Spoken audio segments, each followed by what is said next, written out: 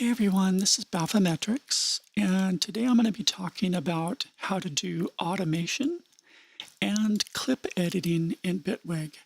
And I'm talking about both those things in the same video because they're closely related and you can do a lot of automation that's specific to clips. And there's some clip editing tricks that you might want to use automation to achieve. So it's just better to talk about them both at the same time. So, as with all my videos in this series, I'm comparing and contrasting how Bitwig works versus how Ableton works. So, this is oriented mainly for people who are already really familiar with how you do automation in Ableton. And I'm going to point out some of the differences and advantages and disadvantages of how Bitwig does automation instead. Same for clip editing. I assume everyone watching this is kind of familiar with Ableton, and you've done lots of clip editing in Ableton. And so most of my focus here is going to be showing how Bitwig's clip editing does some different and extra useful things, and compare and contrast the pros and cons between both of them. So if you haven't seen my other videos in this series, you can find them on my YouTube channel, and under playlists, you can go to the producer tutorials by Bathymetrics playlist. And I've already got about 6 videos in the series. There's going to be a lot more before I'm finished. This is going to be video number 7. And if you don't watch anything else, I recommend you at least watch number 1 in the series, where I do a high-level comparison of Bitwig versus Ableton. And that's about it. You might also want to look at the rack building video, because I'll be building some racks today, and some of what I do will make more sense if you're aware of the high-level approaches and concepts to building racks in Bitwig.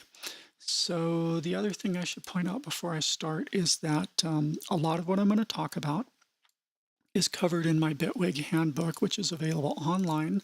I can see 3 people are looking at it right now. And I'll be linking this in the comments for the video.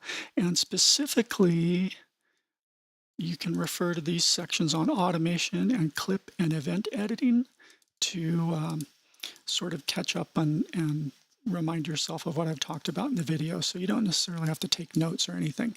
And I haven't written the clip editing section. I'll do that probably right after I'm done with this video, so there'll be more detail here by the time you get to it. All right, so without further ado, let's jump into automation itself. And there's a couple different places you do automation. One, of course, is on an arranger timeline by clicking this little button here, and you start getting automation lanes, very similar to Ableton. We could do some basic automation from the DAW itself, like volume, pan, mute, and so on. But I'm going to focus on using devices. So let's do something like some simple volume automation using Bitwig's version of utility. They call it Tool, and it looks like this. And it's basically like utility. Here's your gain control, pan, your mid-side balance here. There's a little volume meter. This shifts the polarity on your left and right channels, or you can swap left and right channels, and that's about all Tool does by default. I know Ableton's utility does more now, but it's not like you're really missing anything, because there's other devices that will duplicate the stuff that Ableton's utility does that Tool itself doesn't. I use this mostly just for volume automation, or simple volume automation, where I don't have to go up or down too much. So the way automation works is if you have any given device and you click some control in the device, you can see that right here in this automation lane, which again you get to with this one button here, it focuses that knob up here, just like Ableton. If I click pan, now it's focused to set up automation for pan, width, and so on. This works for VSTs too. Let me load up, I don't know, let's load up a synthesizer like, let's load up BPS Avenger, which is a big, big synth. Lots and lots of buttons and knobs and controls. So, here's VPS Avenger. It's, wait, come back here. It's huge. Tons and tons of complexity and sophistication to this thing, but you know, normally in Ableton, if you want to modulate something that's in an interface on a synth, you would click a button on the synth and then that would bring it to the top of the modulation lane. Let's try that. I'm going to modulate the cutoff filter for this default preset. So I've clicked the cutoff knob, I've moved it a little bit, and if we lower this down, you can see, hey, it's focused on filter 1 cutoff in VPS Avenger. Down here, it's also focused in this top lane. But a difference between Ableton and Bitwig is that you don't necessarily have to go into the UI for the VST if you want to automate some feature. If you know what that feature is called, it also exposes all the buttons in this little interface panel. And this is mainly for the benefit of modulation, like if I wanted to have an LFO modulator that was constantly modulating the volume of oscillator 1 a little bit, I could do this, and now I have a little up and down modulation of the volume for oscillator 1, right? That's the main reason for these buttons is to have modulators doing crazy stuff to your synths or your audio processing devices. But we're not going to mess around with this too much. Let's just get rid of this and go back to the basics.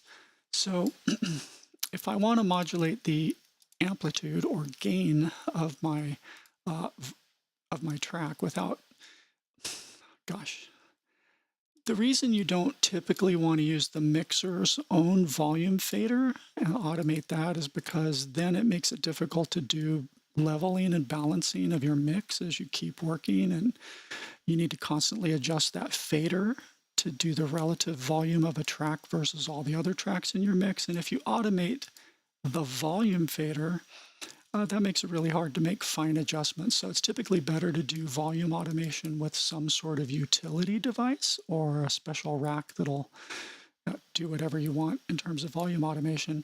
And that way it leaves your mix fader for this free to set wherever you want. And then the automation that you apply using something like tool or utility will be relative to this starting point of volume. Okay, so that's why I'm using tool instead of just modulating my instead of automating my volume fader. Okay, so again, click amplitude to bring it to focus here. Now, sometimes it's a little hard to see the initial line. You can just double click anywhere to get a line, and then it's a lot more obvious to start working. By default, I'm going to set this to 0 dB. Just like Ableton, you can see values as you move it up and down. Now, where it starts getting a little different from Ableton is, you know, sometimes in Ableton, especially if you're working in a tiny, small automation lane on your big arranger view with a bunch of different tracks and your whole arrangement in here, it's really difficult to hit precise dB values. So a lot of us from Ableton are in the habit of like making your automation lane really huge so that your mouse has a little more granularity and it's easier to do something like hit the exact 0. You can also use some sort of modifier key. I think in Ableton, if I remember correctly, it's Control, but in Bitwig it's Shift, and now I can move with a little more granularity. It's like slowing down my mouse, so that makes it easier to find 0 dB and hit it, but it's still fidgety, right? And I don't always like taking my arranger view and making huge automation tracks in it. So there's a better way in Bitwig, because in Bitwig you can set, like if I double click here and I decide I want to set this to exactly 13.2 dB at this point, I can make sure I've selected this point, come over here in the inspector panel and just double click and type 13.2. Let's make it negative 13.2. 13.2. Oh, I'm sorry, that was relative to the starting volume, so let's make it positive. 13.2 dB higher than my starting point. Okay, so now I've got exactly 13.2 dB. You can also come over here and just drag up and down. You can also hold Shift and drag for more granular movement. See how it's moving much more slowly now. And then finally, let's set this one point back to 0. you can just select a point and use your up and down arrow keys. So watch what happens when I use up and down arrow. Watch the values here, because it won't update here automatically. If I'm hovering over it, it'll just stay stuck on 0. So watch this one. Get my focus in the right place. Okay, see how it's jumping in increments of 3.6 dB in either direction? So that's what the arrow key does by default on volume. It's roughly a 3 dB change every time. I can also hold down Shift and arrow up and down, and now it's going to move in smaller 0.7 dB increments. So you can kind of just use arrows to fudge around and find what you want and not have to click and drag with your mouse. If I were modulating something else that has more of 100% value, like, let's see if I can think of something.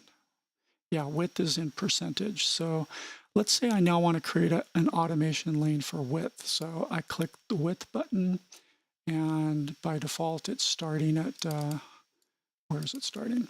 At 100%, and I can go up to 200% or down to 0%. So it's got a range of 100% in either direction. Let's reset this to 0. And if I use my arrow keys here, watch what happens to the value. I'm going to arrow up, and it goes exactly 10% at a time. Or if I hold down Shift, it goes up 2% at a time, and so on. So you'll just learn to kind of, with your eyeballs, watch for specific values over here. I tend to use my up and down arrow keys a lot for fine changes in automation. You can also double click and set specific values, and so on. The next thing that's useful to note about this inspector is, let's say you want to do very fine changes to where exactly an automation point is. Right now you can see it's trying to snap to a grid line when I get close to it. And you can see that my grid lines are basically a 16th note grid line. So every one of these lines is a 16th note. But let's say for some reason I was zoomed out further, so that my grid lines are now something more like quarter notes, or even, come on, give me a whole bar. There we go. So now I'm seeing a whole bar at a time. But let's say I'm in this view because I'm looking at a bigger picture of my arrangement, and I want to move that automation point exactly 1 beat in either direction. So a way I can do that is by using this position value up here. And so this first number is bar, the second number is beat, the third number is 16th notes, and then the last number is an even finer value than 16th notes. So if I want to move this dot a bar at a time, I'm sorry, yeah, 1 bar, I would grab the first number, literally put my cursor over the 1, and just drag it up. And now it's shifted by exactly 1 bar at a time. Now, if I want to move it a beat at a time, like 1/4 note at a time, I would put my cursor right on top of the second number in the series and start moving it. And so even though my grid lines are a whole bar apart, I can carefully move it to, here's bar 2 beat 1, bar 2 beat 2, bar 2 beat 3, bar 2 beat 4, and now bar 3 beat 1 again. So you can have very precise control of your automation dots by using the inspector. Okay, next thing, let's zoom in again. So this is a bigger picture. Let's start talking about how to do typical automation moves. Now, again, when you first click an automation point, you can and let me show you another thing first. This will be good. So right now I have down in the bottom half of the window the device view, but there's a larger automation view, which is this little icon right here. You see, I've got these 4 buttons down in the bottom bar. So the automation panel is independently sized of the device panel, right? I could make it the same size as the device panel, but a lot of times when you're working with automation, you want to have a bigger view. So this is one way to get a bigger automation panel. if you want a little more vertical room to work with. There's another way to get a larger automation panel, and that's by shifting your view from the Arrange view to something they call the Edit view, which is, it basically replaces your entire arrangement pane up here with a larger, actually it replaces the whole window with a larger window that's focused on just clip editing and automation. Like this top half is for clip editing and the bottom half is for automation. And you can, I guess I'll digress into this right now. There's two different views when you're looking at your clip detail, and that's true whether I'm using the automation lane, and you can look at it from the standpoint of each individual clip that you might have, or from the standpoint of your track. And let's see how we can explain that. Let's go back to, let's also look at the event view. This is when you're going to edit the clip events themselves and not the automation. And again, there's a clip specific view and a track view. And this will make more sense if I add a few more elements to the track. So let's drag in something entirely different, like this drum loop. And let's make it even more obvious and change the color of this drum group. And so now if I have selected one of these, like let's say I'm in my device view and I've been doing whatever, and now I want to edit the events on this clip. So I double click this clip just like in Ableton, and it zooms me in to this one clip. It automatically focuses me in clip view. So what this is showing me is just the sample that's on the clip. This thing right here is the entire sample.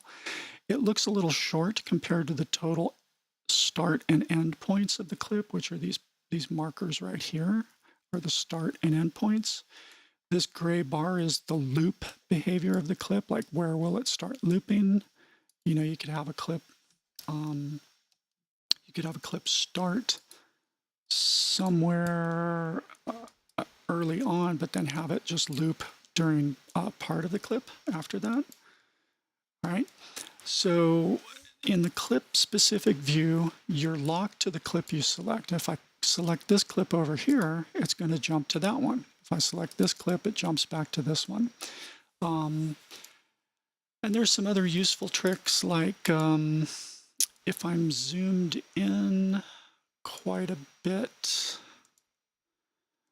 I can do something like just double click on the original clip in the arranger to bring the focus back out to the entire length of the clip. Now, if I go to the track view, you can see that what it wants to do is show me all the clips on the track, and I can do some of the same editing inside each clip. Like I could be working on this one and actually edit the onset points if I wanted to. These are transients, basically. Ableton calls them transients. Bitwig calls them onsets. I could adjust stretching behavior of the clip, which is done, I'll show you later, down in the bottom half of the window when you have stretch selected. I could even do some basic clip automation by, for example, making this clip louder. You can see it actually changing the waveform as I make it louder or softer. And it's independent of what's happening in this clip. I could change the pan it left and right. I could change its pitch, and you get a little scalable pitch grid. And so here's an example of where it's useful sometimes to make this window larger, so you can see the full plus 24, minus 24 octave range that you can pitch shift this, or that you can shift its formats. You can shift pitch and format independently all through the clip editor. But if you don't want to have your window this big necessarily when you're working down in this mode, again, you could just, and I'm going to use shortcut keys to jump over to the edit window now. You could jump to this view and just kind of rearrange things here so that you can see your full plus and minus 2 octave range in the top half of the window for the typical clip features you're messing with. and still have access to the automation lane and a fairly large automation lane for whichever thing your automation editor is focused on. In this case, it's the width button in my tool. So I'm using shortcuts to jump around a lot now. I've opened up my device panel here. I'm going to switch back to my arranger view and go back to the device panel, come back to the clip editing panel. I just use E for that. I use A to switch to automation. I use D to switch to the device, and so on. So the point is you can get much bigger windows and you don't have to mess with the automation lanes in your arranger view like you typically do in Ableton. There's plenty of other ways to get to a really large automation window, and I can see my devices at the same time I'm working on my automation and at the same time I'm editing clip features and behavior. Or I could hide the device window and just make this as big as possible. Or I could even see, for example, my, well, there's not much point in seeing anything other than devices here because I'm already looking at the events and the automation, which are, you know, some other buttons down here. So let's see what happens when we start adding more different types of automation tracks. Again, I'm going to select width here, and I've made some automation. Let's just take the width and drop it down like that. Let's go ahead and select pan and do some pan automation. Now this time what I'm going to do is a typical kind of notch style vertical notches like in Ableton. And this is very different. This will throw you at first when you move to Bitwig. Let me zoom into this clip and just make it a little bigger. So let's say I want to cut a vertical notch through this section right here and make these notes quieter for some reason. So there's 3 different tools. The Bitwig works in this tool kind of context where there's a pointer for selecting things. There's time for selecting a chunk of time. There's a pen tool for freehand drawing. There's an eraser tool for just swiping things away. And then there's a knife tool for doing splits. Now, usually in the arranger mode, where your cursor is will dynamically change your tool. Like if I hover over the top of a bar, of a clip, it's my pointer tool, so I can select this clip, or I could select multiple clips or whatever. Like if I put in a new clip here and I want to select both of these clips, I could, you know, start somewhere outside the clips. Let's zoom out a little bit. Right, if I want to select these 2 clips, I could find a blank spot here, make sure I have this little crosshair symbol, which again is the pointer tool. And I could just drag across until I've selected those 2 clips, or I could start over here and drag across all 3 of these clips, right? And now all 3 clips are selected and I could do something to them as a group. But if I pull my cursor down a little bit in the same lane, it changes to this time selection tool, and now I can just select a chunk of time on this one clip, or I can select a chunk of time across several clips. I could consolidate these or do all kinds of stuff just on this chunk of time.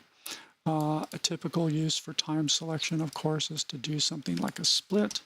So CTRL E, and now I've split it and have an additional clip. And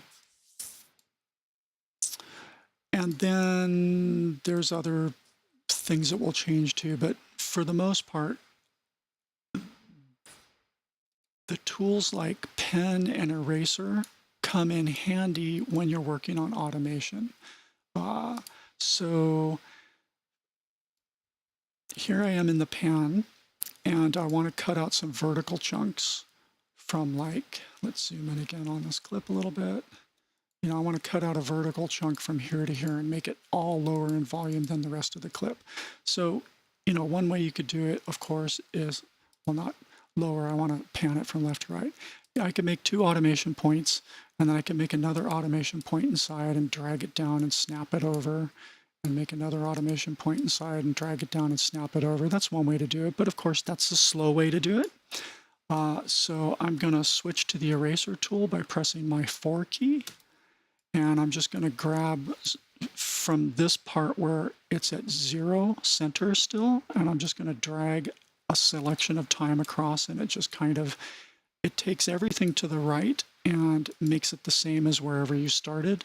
So for example, if I go back and create an automation point here and notch it down to about this point, if I were to then make some automation move like that, and I use my eraser tool, switch to eraser, and then I drag from here across, watch what happens. It makes that entire span that I dragged across the same as wherever the automation line was sitting when I started dragging. Okay, so that's what the eraser tool does. If I want to get rid of all of these automation points, I would go back to my selection tool and just highlight and rectangular select all of them.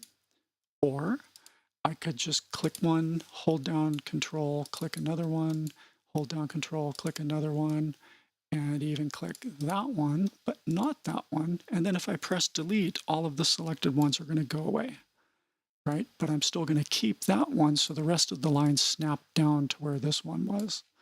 So let's get rid of these 2 points. Or actually, let's bring this back up to 0 again. So I select both of those, double click and go 0. And now it's back to center. Let's get rid of both of these points. I could double click them to get rid of them. And then let's show you the easier way to cut vertical notches into automation. You do it by doing the pen tool. And normally the pen tool works like this. It's just freehand drawing, just like in Ableton. And when you let go, it's going to try and optimize to the fewest number of points that are needed to make that same basic shape you drew. I'm going to do Control Z and undo that automation. Now this time, instead of just clicking and dragging, I'm going to hold down Alt while I make sure I'm inside a lane, and I'm going to start dragging. And you can see now it's just doing the whole chunk of space between these 2 grid lines. So the easiest thing to do is go all the way to the bottom or all the way to the top, and then drag across until you've selected the chunk of time you want. And if you mess up, you can basically erase to get rid of that. So if I let go, I now just have 2 simple automation points for this vertical bar. And let's say I want to get rid of these 2 automation points. I press the 1 key to go back to my selector, grab those 2 points, delete them. Probably just drag this one in here just to keep it simple. I could redo it, would also be an easy way to do it because that's no longer directly at center, or I could just come double click over here and put it back on the center line. So at any rate, now I have this vertical notch that's panning everything probably to the left. And if I want to move this up and down and do some fine tuning and adjusting of it, the trick is in Ableton, you would normally just get close to this line and you could grab the line and drag the line up and down, and it would keep all these other 4 points exactly where they were, but just drag these 2 points up and down. That doesn't work so well in Bitwig. There is a way to do that. I think if I hold Control, it's trying to grab that whole section, but you'll notice it's also selecting these 2 dots down here. So watch what happens if I hold Control and hover on this line. It's doing a pretty good job, right? So far, so good. But if I move my mouse ever so slightly to the left or right as I'm dragging, it's real easy for one of the dots to move a little bit. And I don't know why. I honestly don't know why they have this behavior in here, because I'd rather just Control drag a line up and down.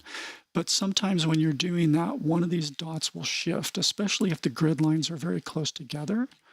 Let's make a slightly smaller view so those grid lines are a lot closer together.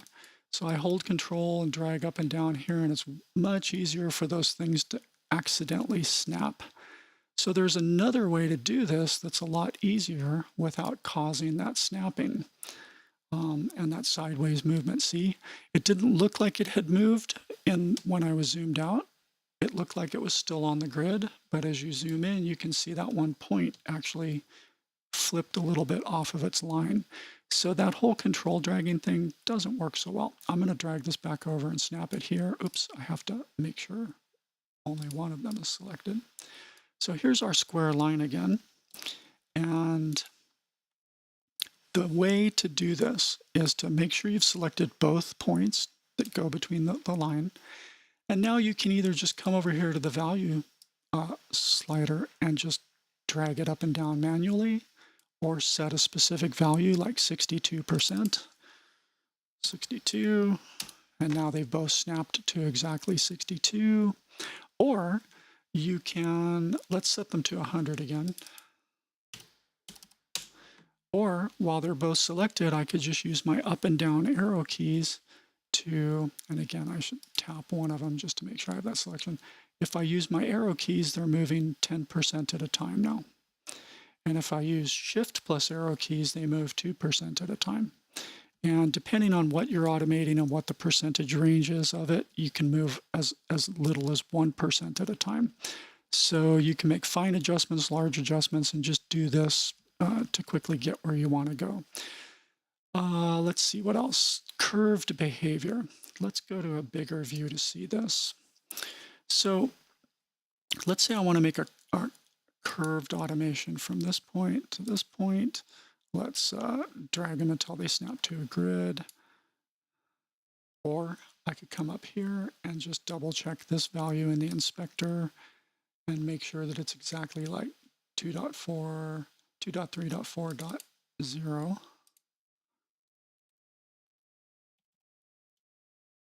And now it's snapped to this beat marker, so I could push it over, for example, one more beat or one more 16th note to land there. So you can have very precise control, but you have to get used to using some of these things up in the selector. Now let's say I want to make a curve. So the way you do that is by holding down Alt while your cursor is over a line, and then it lets you draw a typical curve, right? And Bitwig does something that Ableton doesn't that's kind of interesting. Let's say I make another selection point here. I bring it back down roughly to 0. Let's get it snapped on the line. Just set it to 0 here. Okay. If you hover over a point and hold down your Alt key and you start dragging up and down, it does a symmetrical kind of curve. It does exactly the same curve on both sides of that point. So you can get some interesting shapes by, let's see. You can get some interesting shapes by doing this sort of symmetrical curving on a specific point. I think that's about all we want to say about the basic automation. Now, what I've been showing you so far is all track automation on the arranger view. Now you may say, yeah, so where's all that other automation? Here's a nice thing Bitwig does that's very different from Ableton. In Ableton, if you want to go find all the things you've automated and get them all visible at the same time, you have to dig around inside this and find something that had been automated and add each lane that you find one by one with a little plus sign here to sort of manually create automation tracks. Bitwig saves you all that trouble. This one little button right here will automatically find everything that's been automated and just show it to you all at once. This is great. I never manually create and pin automation lanes anymore. I just toggle this button on and off or leave it on all the time. And if you close this, and then come back later and want to see all your automation again, as long as this button is selected, it shows you all your automation. 1, 2, 3 different things I've automated so far. But this is all track level automation in the arranger. You can also do automation in the clip editing mode. So let's hide these lanes again and let's just create a clip in this scene. And in this case, it's well, let's actually drag a clip in there. Let's just get this drum loop, drag it in. Okay, so I have a drum loop. If I play it, now if you want to automate this, again, you can double click the clip and open your event editor view. That's this button here. But since it's in the clip launcher, there's no concept of a timeline. There's no concept of an arrangement. So I don't have a choice anymore between show me the clip or show me the track. It's just always showing me the clip. And if I want to do editing to the transients or the stretch values or the basic parameters like gain, pitch, and format, I can do that here in this view, where down here it says show the event editor panel. But if I want to see the automation just for this clip, I click this button and now I'm seeing automation for the clip. So you can, again, right now it's set to be my pan tool, but if I were to open this and click on, say, the amplitude, and then come back to my automation view, now it's got the gain or amplitude from the tool selected. If I go back to the device and pick pan, just click on it one time, come back here to the automation pane. Now it's selected for pan. So this is how you would set your automation on a specific clip inside of the clip launcher. And you'll notice it looks a little different. We've got these extra buttons now and the color's different. So red means you're looking at clip level automation, and blue means you're looking at track level automation. Let's go back to our arranger view for a second and select this clip. And when we look at it at the track level, again, you can see the coloring is all blue, and it's kind of grayed out now because the last thing I did on this track was play a clip launcher clip. From my earlier videos, I pointed out that one really cool feature of Bitwig is that you can play clip launcher clips or your arrangement timeline together at the same time. And you toggle which state it's in with these little buttons in this column right here. So if I click this button, it's going to go back to making my track active. And now these colors are more bold and saturated. But if I go back to playing the clip, it's grayed out. It's grayed out the arrangement, and my focus is now back on the clips. But since just a little visual bug, it should be saturated again. Oh, it's not saturated because I have some of this stuff turned off. So let's talk about what these buttons are. These buttons appear only at the clip level. And again, you'll find that over here in the launcher if you're at the clip level, right? If I'm editing the track automation, it would be in this track section. And anything I do down here would be reflected in the track automation right here. Okay. But if I want to work on clip level automation even though I'm working in the arrangement view, if I want to work in clip level automation here, I can do that. And then if I ever move a clip from the arranger into the clip launcher, this automation will come with it. This red automation is always locked to the clip itself. So let's just go back and focus on the clip alone. These three automation types are very important. A stands for absolute, plus stands for additive, and X stands for multiplicative. And I'm going to describe this briefly just to kind of show how it works. We're looking at pan, right?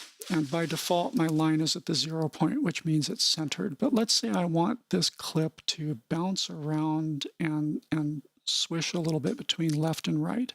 So I could double click up here about halfway. And then down here, I could double click about halfway below. I could double click halfway here. And double click halfway here. And I'm not going to fine tune these. I'm just giving you a basic shape to play with.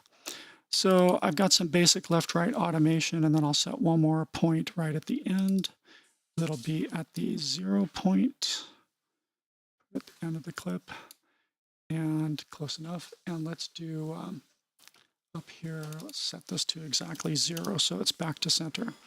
So I start at center, left, right, left, right, left, right, center again.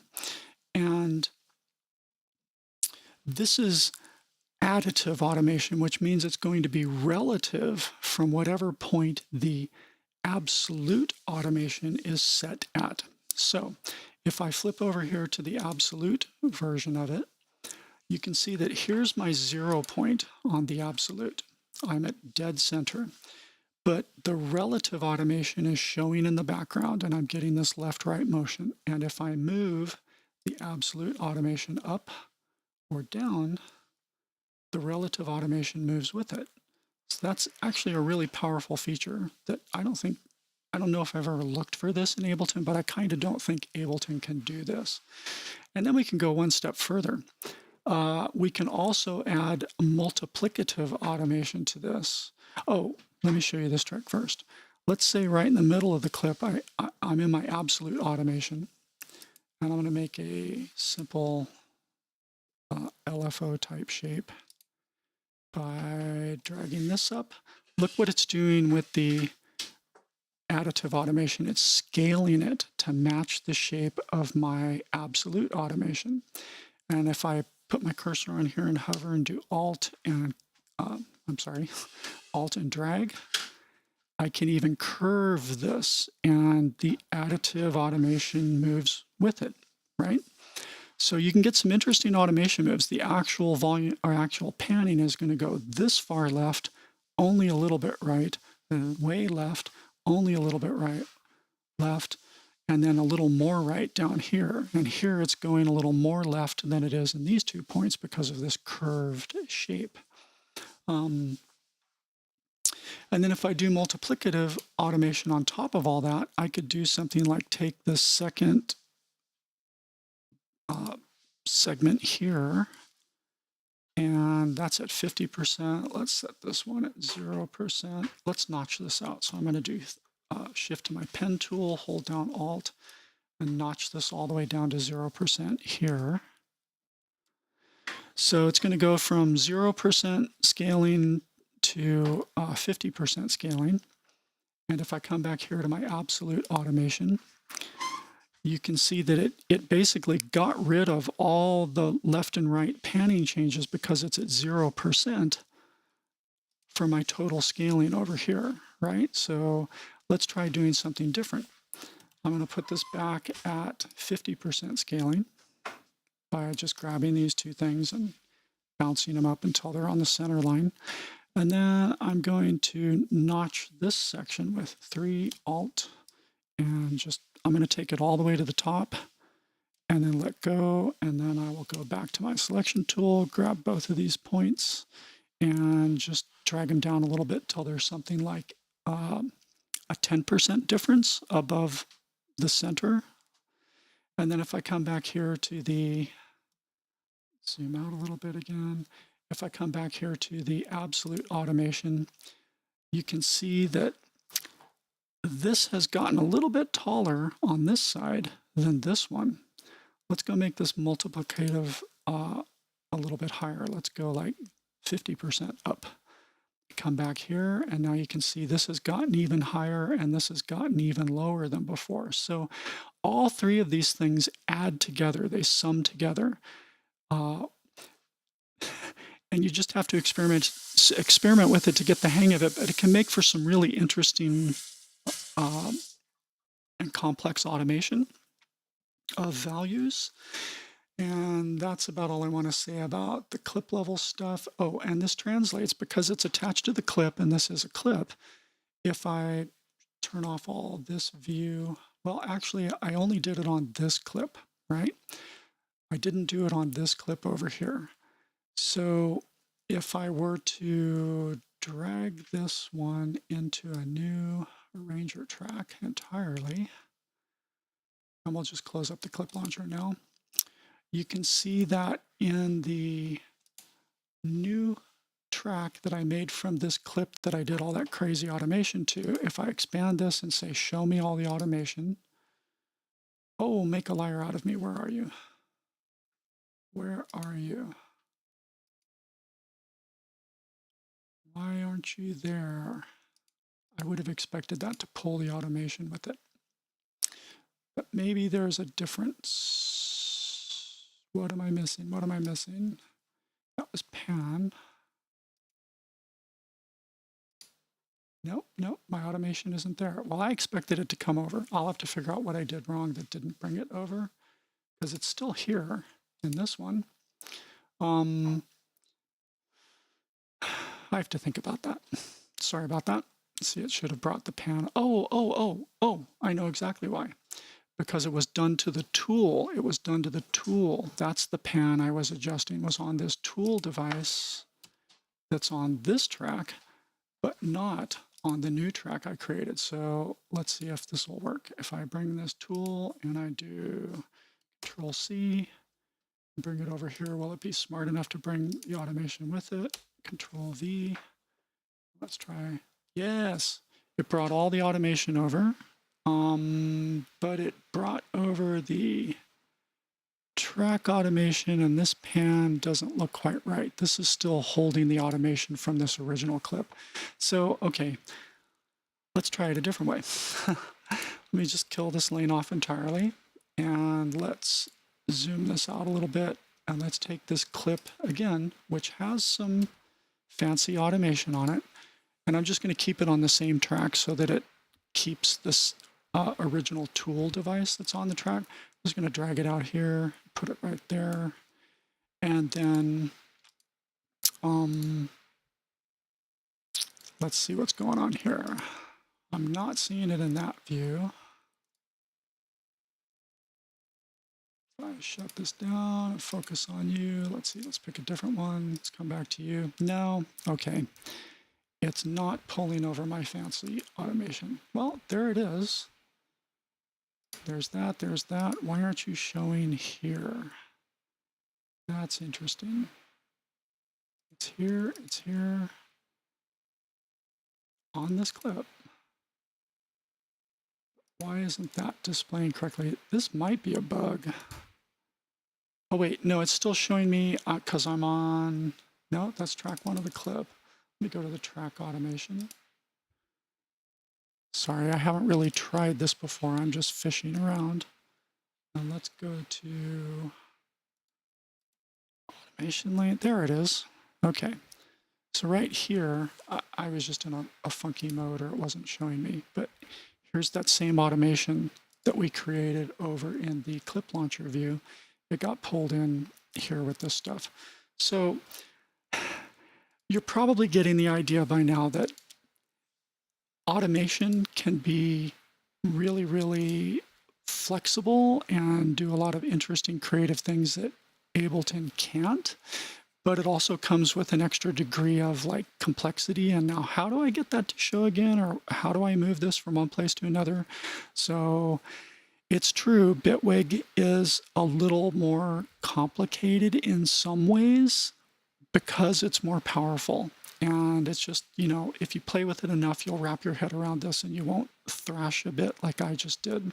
I think the trade-off is good. I mean, all the simple automation stuff you want to do works pretty much the same way as in Ableton.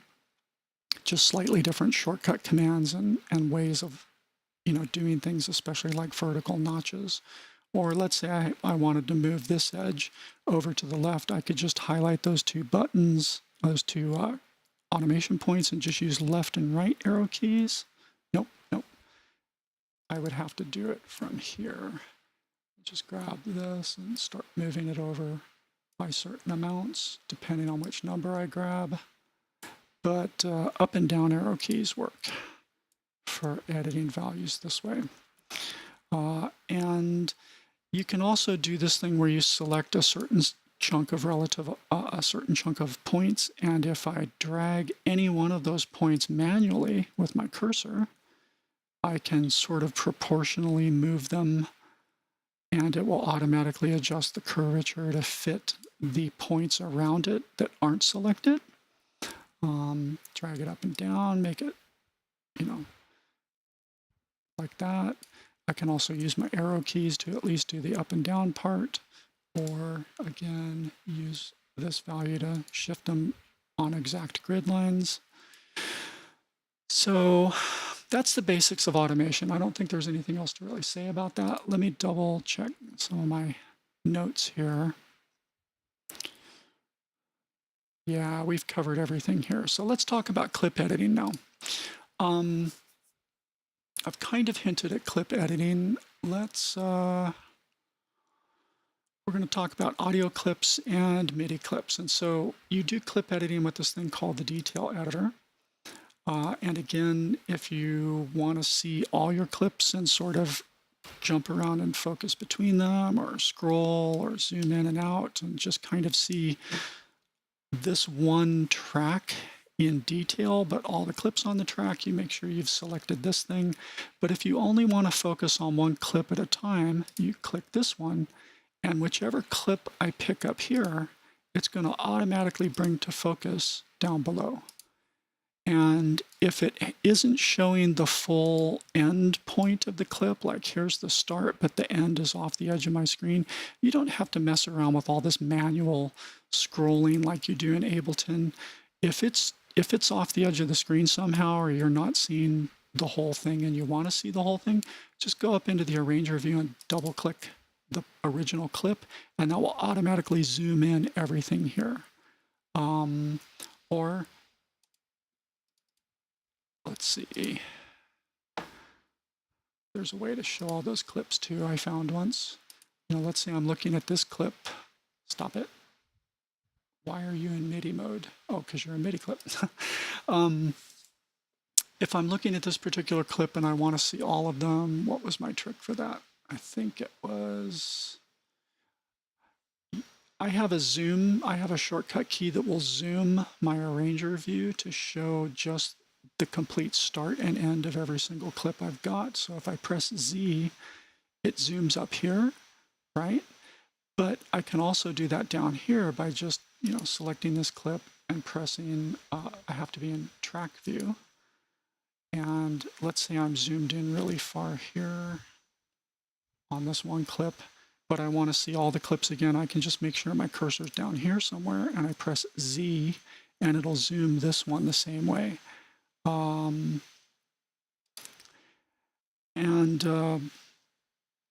You can also focus on a clip if you're in the track mode down here. I could just double click this bar and it will zoom into this one clip. I could zoom out again, double click on this one clip, and so on. So there's just more things you can do, more shortcuts, more ways of focusing. Like I can zoom in way close and scroll left and right to work in one particular section. But again, if I want to jump to a completely different clip, I can just click that one time, and it's focused on the new clip, but at the same zoom, and I could double click, come here, double click to basically get the whole clip in focus again. So you just have to decide, what is it I want to focus on? Maybe it's usually just one clip at a time, and this is a nice way to just jump around for the clips on a track, and so on. Okay, so editing the gain and the pan and the pitch and the format should be pretty obvious. I'm not going to mess with that too much. If I just get rid of that one automation point, it's all at 0 again. Probably the most interesting part of this is the events button, the stretch button, and the onsets button. So this is how you do stretching and fine adjustment at the clip level instead of the track level. Is with stretch and onsets. And then audio events is basically all it does is hide the onset markers and make it so that you can focus on things like splitting a clip. Like in the header here, you can double click to split and double click to split. And then you could deactivate this. I'm pressing the 0 key to deactivate that one section of the sample that's in here. Now you'll notice it's still one clip, and you can see that the waveform is grayed out from here to here because I deactivated this one part of the sample. And if we zoom in really, really close, you'll see that it's made some automatic crossfades right near my split points. This is behavior that you can control. Sometimes you want automatic crossfading whenever you make a hard split because the split may occur not exactly on a zero crossing. Like here you can see the split's a little bit off of a zero crossing. So sometimes this crossfading behavior is useful to make that work well. And you can adjust that behavior of whether or not it automatically crossfades here in the behavior tab of settings. There's this thing right here that says automatically create fades whenever you split a clip or event. Now, and you can also say what's the default length of that fade. Your mileage may vary. It kind of depends on what you're doing. I actually don't usually like to have fades happen automatically when I'm splitting the wave sample itself. I do like to have fades happen when I'm splitting a clip. Like if I zoom into this clip up here and I decide I want to make a split right here by doing CTRL E, I do want that crossfade. Because that'll smooth the transition between the clips. But even then, sometimes the crossfade you want doesn't look like this. What it's actually done to get a crossfade is it actually, at my split point, it actually tucked this over by about 4 milliseconds. It pushed this one over and then created a crossfade across the first 4 milliseconds of that. It's a very, very small fade amount. But sometimes I don't like this automatic crossfading behavior. So you could clear the fades, like if you have it on by default and you want to clear them, whether it's up here at the clip level in the arranger or whether it's down here at the event level on a specific sample. You can clear this pretty easily by using the clip menu, and I do this all the time. I have these buttons to do reset fade or do auto fading. And these are options on the clip menu. You can get to it either from this menu or by right-clicking on the clip. And here's reset fades, auto fade. A lot of times I like to do manual fading or auto fading. So if I want to clear these fades, I can right-click this and say, hey, reset the fades. And now the fades that were on this specific clip are gone, but I still have the crossfades from the clips on both sides of it. So I could select all of these clips and do reset fades again. And now all those fades are gone. And then if I want to do some auto fading, I can do this button to just put a tiny little 4-second auto fade back in and so on. So, there's a lot of ways to handle your clip fading and whether or not that behavior is by choice or automatically done. Gosh, I guess while I'm here, I'll undo that and show you another way to do fades. Let's zoom in right here. So, like in Ableton, there are these fade handles. Let me make this track a little bit bigger. So this is what a fade handle looks like by default. It's a linear fade, and I can hover over the line and make it a curved fade if I want. You can even do crossfading automatically by simply dragging into the other clip.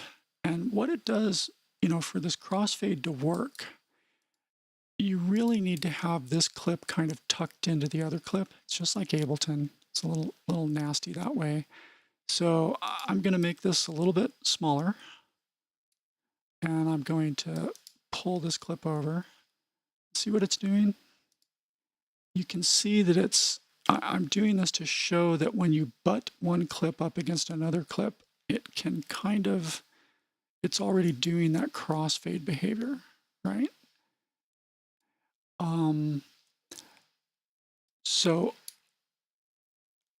What it was doing in this case was it was pushing the other clip over to keep that same gap of silence.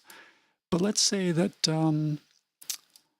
I want to drag this clip into this one a little bit. See, it's butting the clip. But if I set up crossfades, then it's sort of automatically taking care of that fade for me. You'll play with it. I don't want to get down the rabbit hole of fading behavior too much here. You can also select the shape of the crossfade by grabbing any of the lines and messing with them. Okay, let's zoom back out.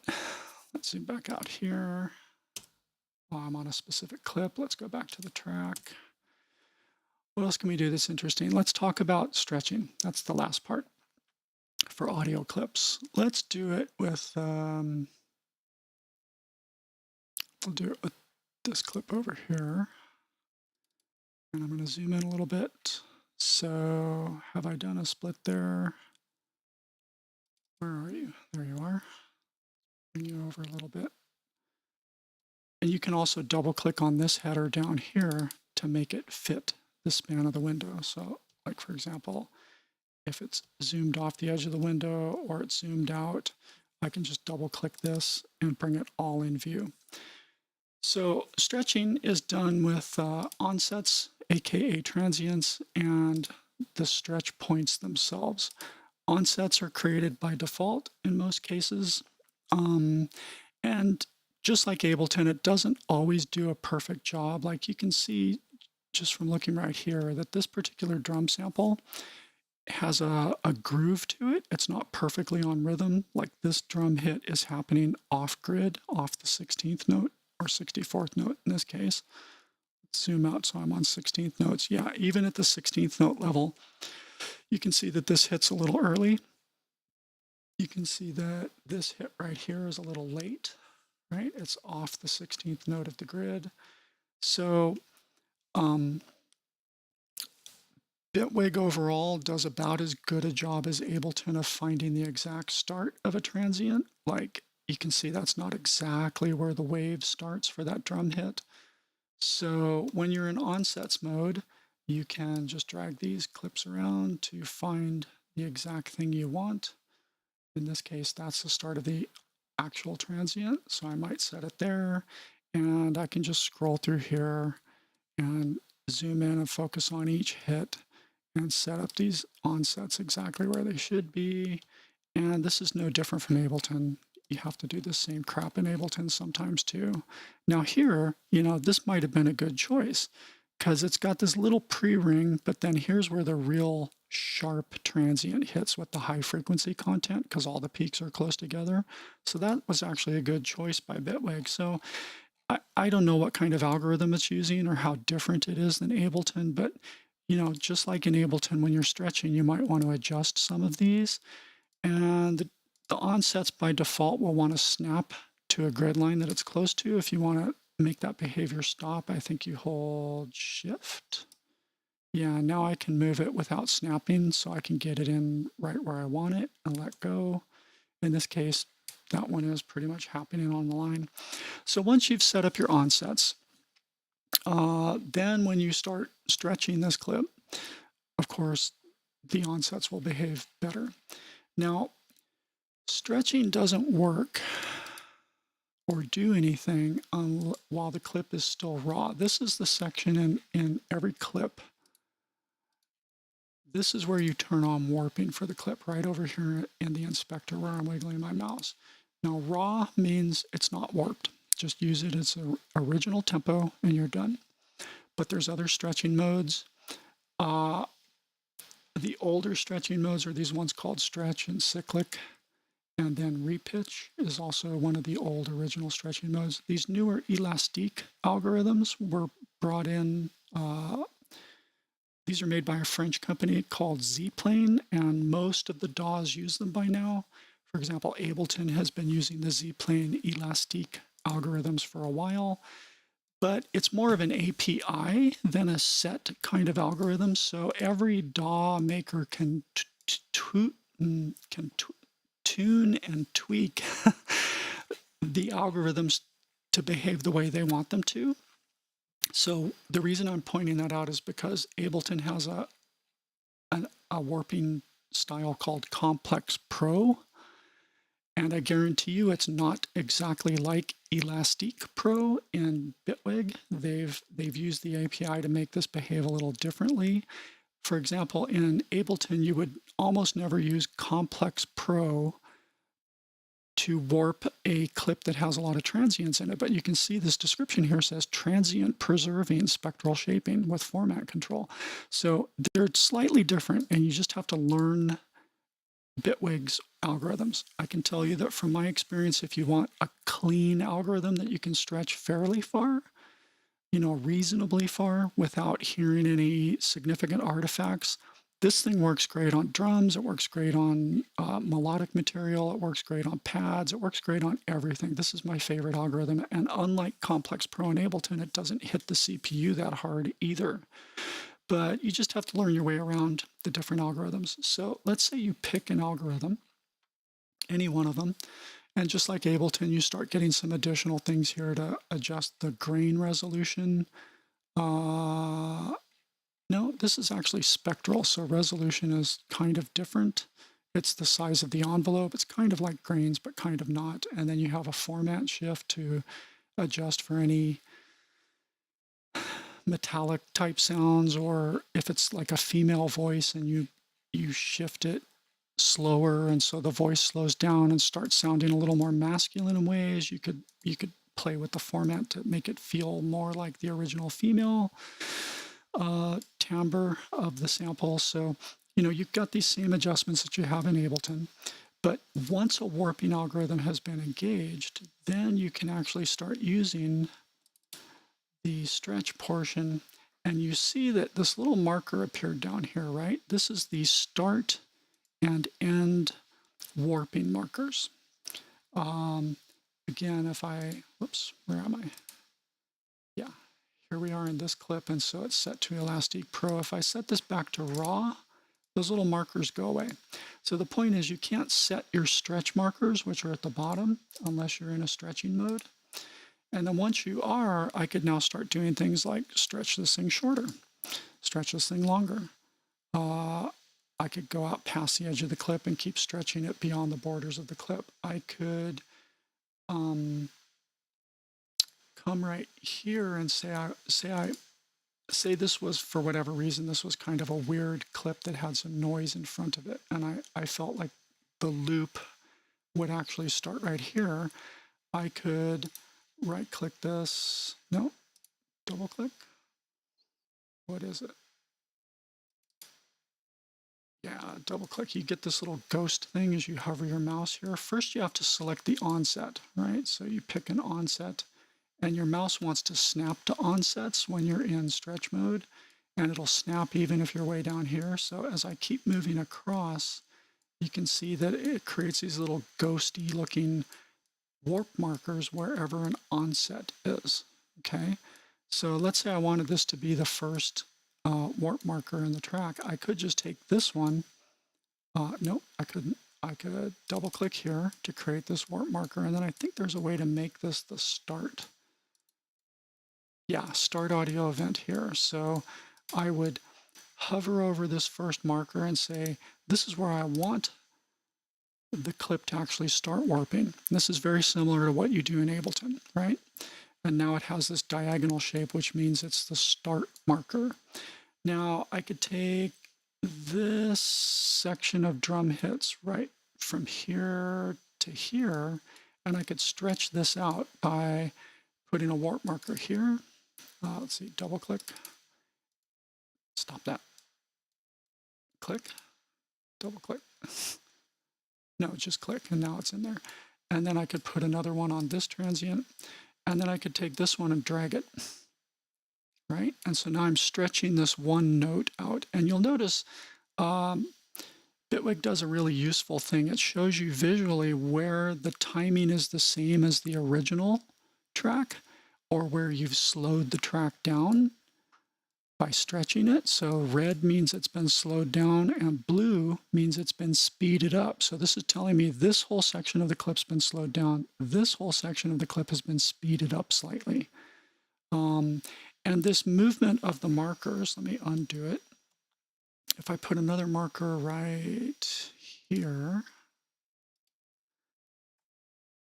well, let's find a transient and put it. Okay, so if I put another marker there, now if I stretch this one, that speeding up and slowing down is going to be constrained to the markers on either side of it. And again, this is just like Ableton, but it's more visible in a way, like same tempo as the original, slowed down, sped up. And that's kind of a useful visual indicator of what's going on. And the intensity of the color changes the more intense the movement. Like, see, it's kind of faint here. That means it's close to its original pitch. But as I start stretching something really, really far, the colors become more intense. So that's pretty much all I can say about audio editing. Now let's talk about MIDI editing, because that's pretty cool too. Let's add a MIDI track under this one. And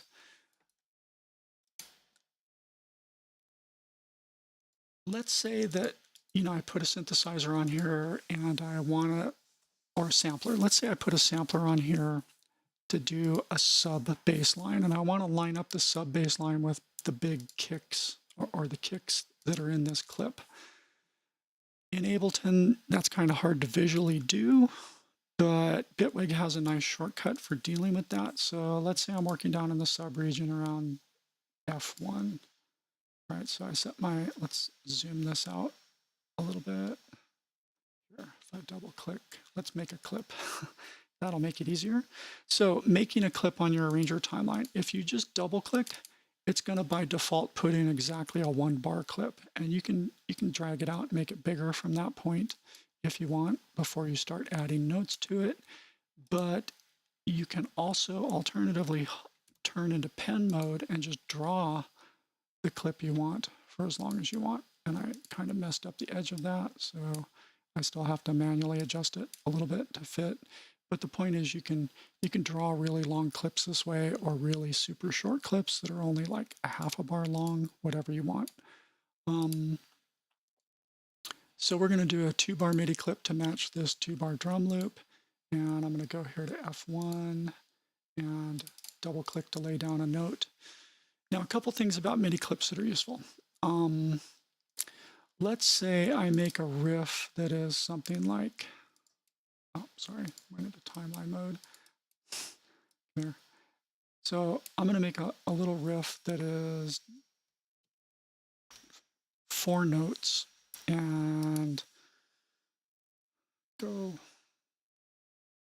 semitones there. Let's go a whole octave here. I would never do this in a sub clip, but this is just for the sake of demonstration. So I hold down Shift and do up arrow, and it's jumped up a whole octave, right? Just like in Ableton. So let's say I have this as my riff to start out with. And it's too small, or maybe you come back later and open up this clip and you don't see your notes at all, or you're not sure if you're looking at all the notes in your clip. This is a really cool feature. If you double click the header of the MIDI clip, it automatically scales everything so that you can see all the notes. This is fantastic, and you can see the note names and everything else. Let me move this one up 2 octaves. 1, 2. Now let me double click this again. See what it does? Automatically scales. It finds you all your notes with 1 click. Gosh, I wish Ableton did this. This used to drive me crazy editing in Ableton. And of course, you can make your MIDI window as small or large as you want. But even if it's small, like this, and you just want to briefly see where your notes are, you can double click and it'll automatically find all your notes and make the whole clip fit and show you everything in the clip. I love this feature. Of course, you can do the usual slide, click and drag horizontally here to, zoom in that way. But again, you can override it by just double clicking and getting back to this default view. Or if I decide this note's too high and I move it back down, and maybe I move this note back down too, and then I double click again. See, this is beautiful. I love this. Okay, so let's pretend now we're trying to line this up with kick notes, and I'm not going to play the loop to do it. We know that's a kick. We know that's a kick. We know that's a kick. And let's pretend this looks like an off kick right here. This is like a 16th or 8th note ghost kick right here, clearly from the shape of the waveform. So I want to have a subnote hit here. I want to have a subnote hit here, and I want to have a subnote hit here, and then here, and here, and so on. So let's set that up. In Ableton, you would have to kind of eyeball up in this area whether or not your MIDI notes had lined up, and you might be tempted to make this a little larger and this one a little larger, so you could do that eyeballing a little bit more cleanly. But in Bitwig, you don't have to mess with any of that because it's got a really nice feature for editing clips. So I'm looking at a MIDI clip, and I want to line it up with audio on another audio clip. Right down here, there's this special feature called layered editing mode. And actually, let's do it at the clip level. Either way, we'll do it at the, yeah, let's do it at the clip level. No.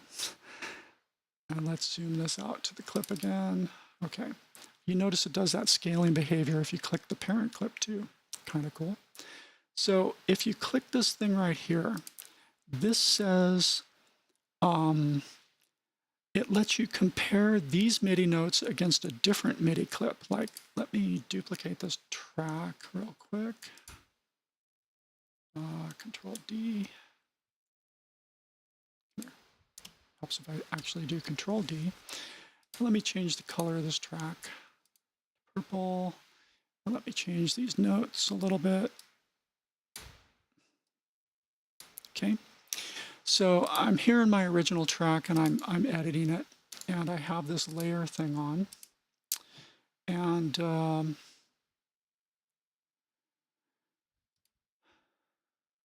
these are individual MIDI channels. I won't get into that right now. All right, what the hell's going on? Why aren't you showing me what I expect to see? Editing you. Do I have to save my project first? No, it shouldn't need that. Track, there we go. You have to be in track mode, so you're looking at all the tracks. So when I'm in track mode, and let's zoom this out again. You can see all my 3 tracks represented here in this list when I turn on this little layer button. And what it says is, do you want to superimpose MIDI notes from another MIDI track? It's only going to show me tracks that can have MIDI on them.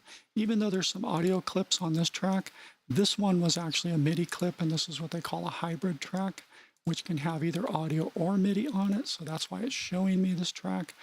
But in this case, it's telling me you're currently editing track number 2.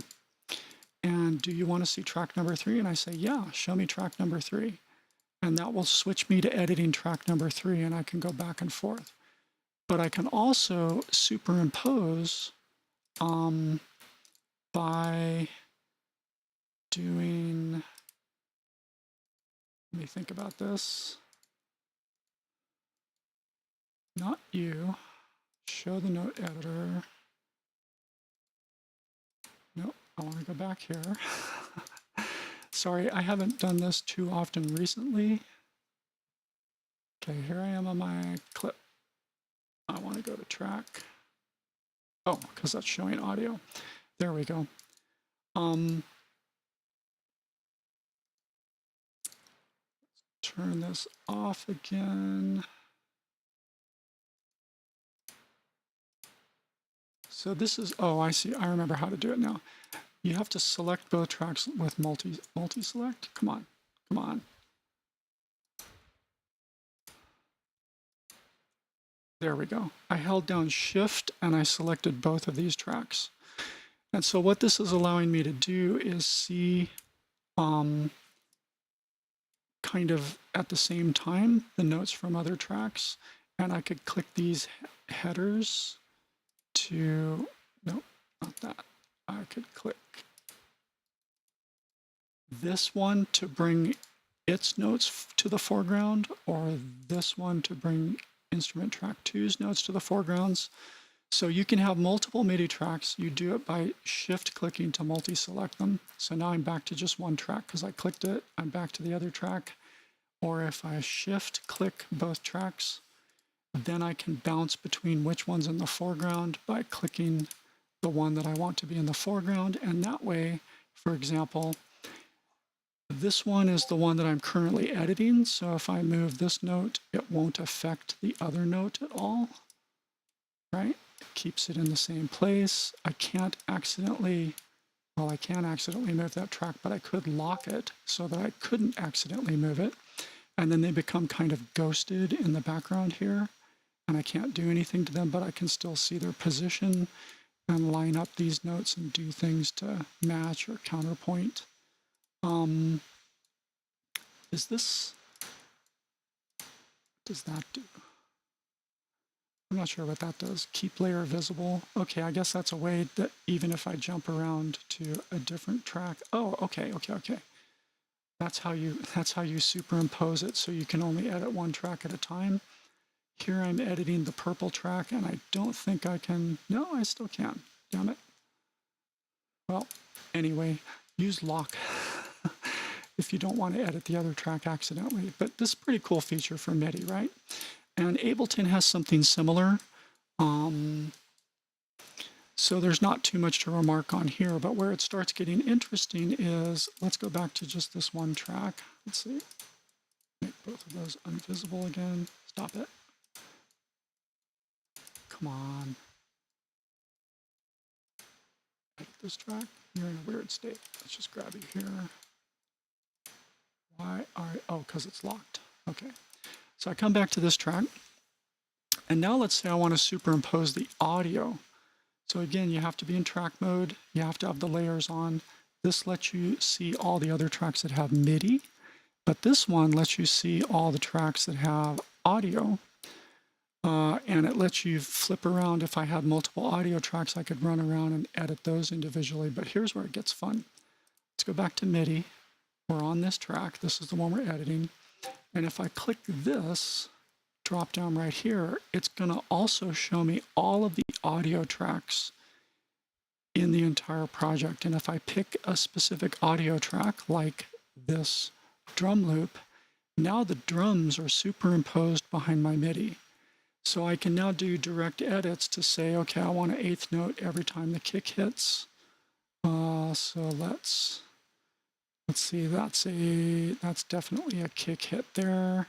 This is another kick hit here. So we'll make that one an eighth note hit too. Here's a kick hit. Make that an eighth note. This looks like probably another kick hit superimposed there. So let's make that an eighth note. And this is probably a kick hit. That's definitely a kick hit. I'm not sure about that, so I'll leave that alone. So you could make a subline, really quickly to line up with your hits any way you want. And it'll go one level deeper. If we look carefully, if we zoom in and look at some of these hits, like this one here. Nope, that's happening on grid. This sample doesn't have too much stuff that's off grid.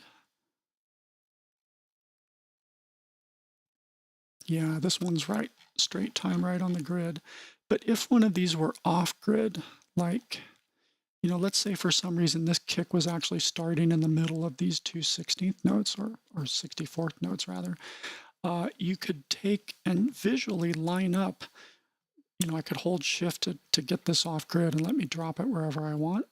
And I could line this up exactly with the transient that's superimposed in the background. So this is a really useful trick for quickly seeing and adjusting MIDI notes to perfectly match any kind of audio behind them.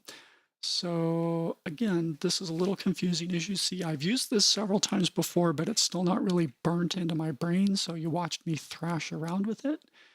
They could, I don't know if they could make this interface any more useful or intuitive, but the basic idea is if you're editing something and you want to compare and contrast it with other MIDI clips or audio clips, make sure you're in track mode. Click this layer button, decide whether you want to look at MIDI, and if it's MIDI that you want to look at, you can then multi-select various things to see them superimposed, and you can choose which one is in the foreground so you can see where the notes start and stop. You can pin them, you can lock them, like if I wanted to edit these purple notes, but I don't want to accidentally move one of my green notes from this track here, I could just lock that track, and it shows that they're locked by making them much more faint and transparent looking. And then finally, if you want to have some sort of audio track superimposed in the background, you can use this drop down here to choose what you want to see. Like there's nothing on my master track, so you're not going to see anything there. But if I come back here, there's that audio. And this is timeline based, so it's only going to show you whatever audio is at the same point in time as the clip you're editing. So that's pretty much all I want to say about clip editing and automation. Hopefully this has shown you some interesting things Bitwig can do that Ableton can't. And I've given you enough of a guided tour that later on when you're thrashing around and burning this all into your own brain, you'll have a place to start. So thanks for hanging with me. And as always, if you have found this video useful, I put a lot of time and effort into these. I'm really trying to like spread the word about Bitwig because a lot of people have wrong ideas about Bitwig. If you've appreciated this, do me a solid and click these 2 links in my little document to go to my SoundCloud, Spotify, and just give me a follow. Spend 30 seconds to do that. It would mean a lot. And of course, like and subscribe this video. And remember that I have other videos in this series and I'm going to keep making them. So I'll probably have about 12 or 15 Bitwig videos by the time I'm done. Enjoy. Bye-bye.